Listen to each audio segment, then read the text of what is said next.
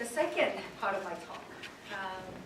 In 2012, however, that name of Kim Ji-ha was resurrected from almost a decade of quiescence, interrupted only by fitful spurts of activity, and brought back to the center of the national stage in a manner that scandalized the progressives.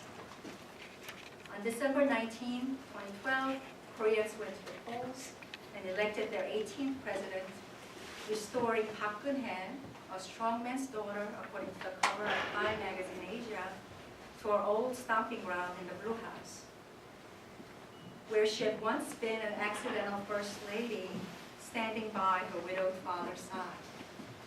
A month before the election, the South Korean left watched in horror, embarrassed as children of a drunken man urinating publicly, as Kim publicly endorsed the daughter of his former captor and torturer.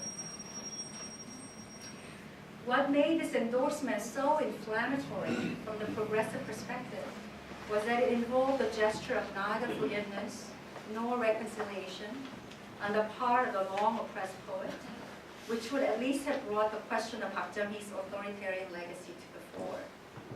Instead, Kim Ji-ha argued that cosmically speaking, the time had come for Koreans to elect a woman to the highest office in the land. And in the process echoed Park Geun-hye's campaign slogan that she is a prepared female president. For the progressives who had argued all along that Park Geun-hye's emphasis on her sex was a distraction designed to muddle what was really at stake in the election, namely whether the developmental, dictatorial legacy of Korea's 20th century, as personified by Park Geun-hye's father, would finally be put to rest in the new era, or whether this legacy would be allowed to renew its lease on life. The voice of an aged icon of resistance elaborating the need for a maternal embrace was indeed a slap in the face. Kim Ji-ha then went on to add insult to injury by trash-talking the opposition candidates Moon Jae-in and An Cheol-soo as lousy and empty-headed respectively, and even calling the leading progressive intellectual Eng Nak-chung a moronic commie. The fact that Kim Ji-ha had revived the very same red-baiting term, 빨갱이, that had been thrown at him time and again in the Yushin court, a term whose shelf life was supposed to have expired in post-democratization Korea, was an irony lost on no one. Understandably, the reaction to Kim Ji-ha has ranged from outrage to disbelief to feigned nonchalance among the South Korean left. Keep the poems, erase the poet, tweeted one influential legal scholar. Could this be Kim's latest work of satire, asked a middle-aged novelist in disbelief? He seems to have forgotten the aesthetic principle of consistency and coherence in these slovenly last years of his life, said Jin Jung-won, also a very influential Twitterian. And young literary critic named Kang Ho-deok chimed in, Ji-ha, may you keep silent, because to return to active duty this way is to die an eternal death. Keep the poems, erase the poet, or it's so simple, or even so desirable. In the last part of the talk then, I would like to resist the utterly justified temptation to dismiss Kim Ji-ha's endorsement of Park Geun-hye as an act of senility or apostasy, and try to make some sense by taking seriously the call for a paradigm shift that his endorsement has foregrounded, in order to highlight the central dilemma, agonizing as it may be, that the South Korean left must grapple with in order to successfully answer the question, an all-important one from my perspective. And that question is, what must come after developmentalism? So here, let me return to the specific terms of Kim's support for Park, mentioned briefly earlier. Lecturing in front of a heavily mobilized crowd at an event sponsored by a right-wing political organization a month before the December 2012 election, Kim Ji-ha argued his support of Park Geun-hye's presidency sprang from his recognition of the feminine as a new cosmic principle.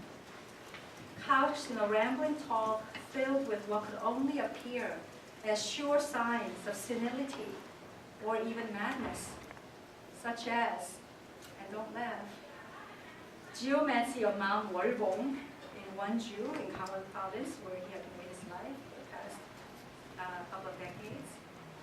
The mythic progenitress and protectress Mabo, and the dawning of Korean history in Pamir Mountains more than 10,000 years ago. The flow of water and how philosophy is to be read into. Flow of water over certain terrains.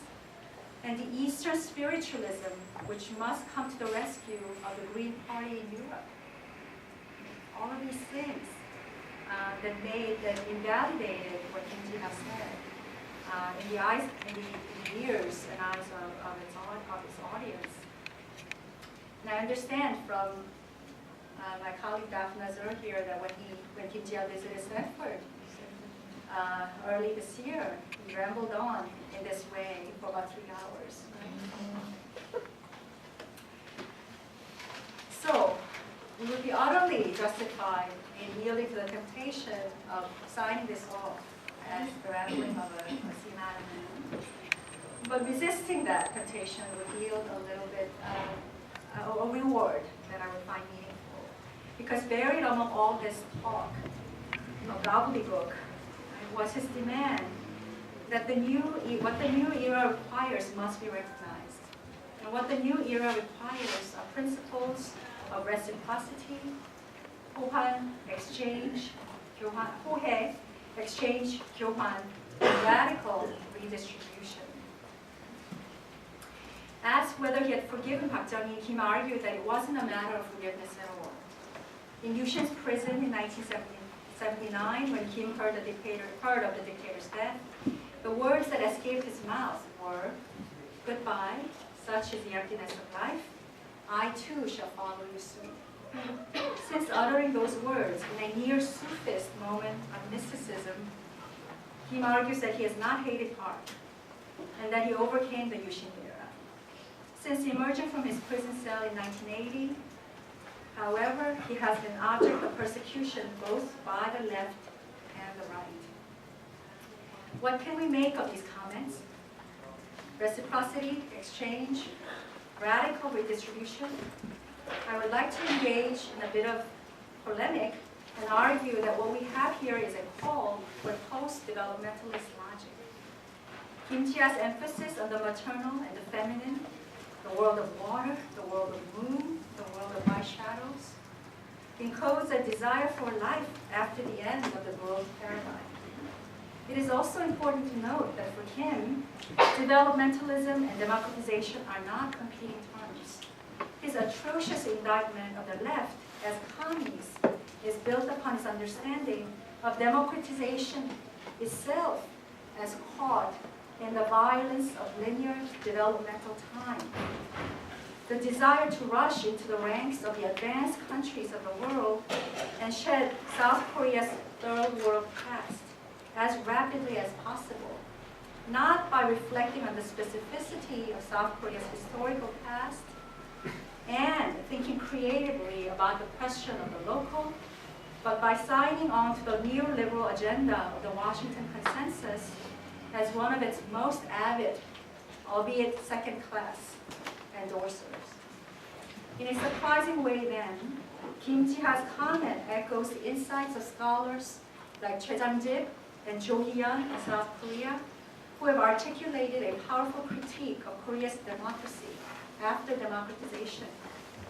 And that is, if democracy was not just a call for a procedural change, but a great call for equality, liberation from political oppression, and life of human dignity, then democratization and the decade of rule post-democratization by the left has not yielded democracy.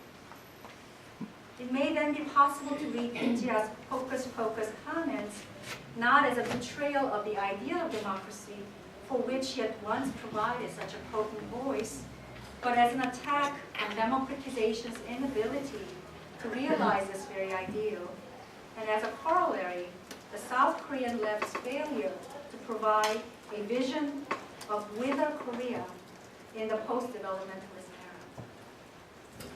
That failure has had far-reaching consequences, among them a growing sense of fatigue in the Korean public with the very idea of political reform. The success of the daughter Park's bid for presidency in 2012, a bid that succeeded on account of and not in spite of the fact that she is her father's daughter, must also be understood then in this context. So 35 years after the death of Park Chung-hee, and 27 years after South Korea's formal democratization, what I would call the Winter Republic, the Ryushin era, has returned with a vengeance, perhaps because it has never gone away in the first place. The paradigm of modern nation building that it inaugurated and which sustained it in turn has been internalized in South Korea at collective, family, and individual levels, and even among the South Korean left, who would see democratization as the end of the developmental paradigm. A broadly acceptable alternative has yet to be found. Kim Ji-ha's cosmological gobbledygook in this context, as destructive as it was to the progressive camp, and as offensive as it may be to liberal sensibilities, must be seen as a reminder of the urgency of locating such an alternative. That's it for me today.